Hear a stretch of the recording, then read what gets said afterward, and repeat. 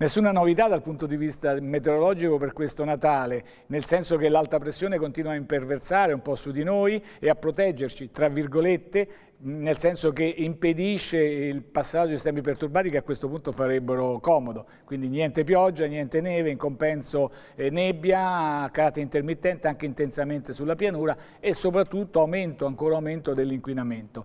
Quindi su Venezia, sul veneziano, abbiamo già capito, per questo fine settimana natalizio avremo tempo stabile, un cielo sereno che però soprattutto all'interno potrebbe essere guastato temporaneamente dalla nebbia che poi si dissolve. Sulla costa avremo invece del sereno e soprattutto sui rilievi naturalmente, dove c'è questa cappa. Quindi le temperature sono al di sopra della media, 5, 6, 7 gradi anche sulla costa le minime, le massime arrivano anche a 10 gradi, quindi nettamente, ripeto, sopra la media. I venti sono deboli di direzione variabile, l'Alta Adriatica è previsto poco mosso. Non mi resta che augurare buon Natale a tutti.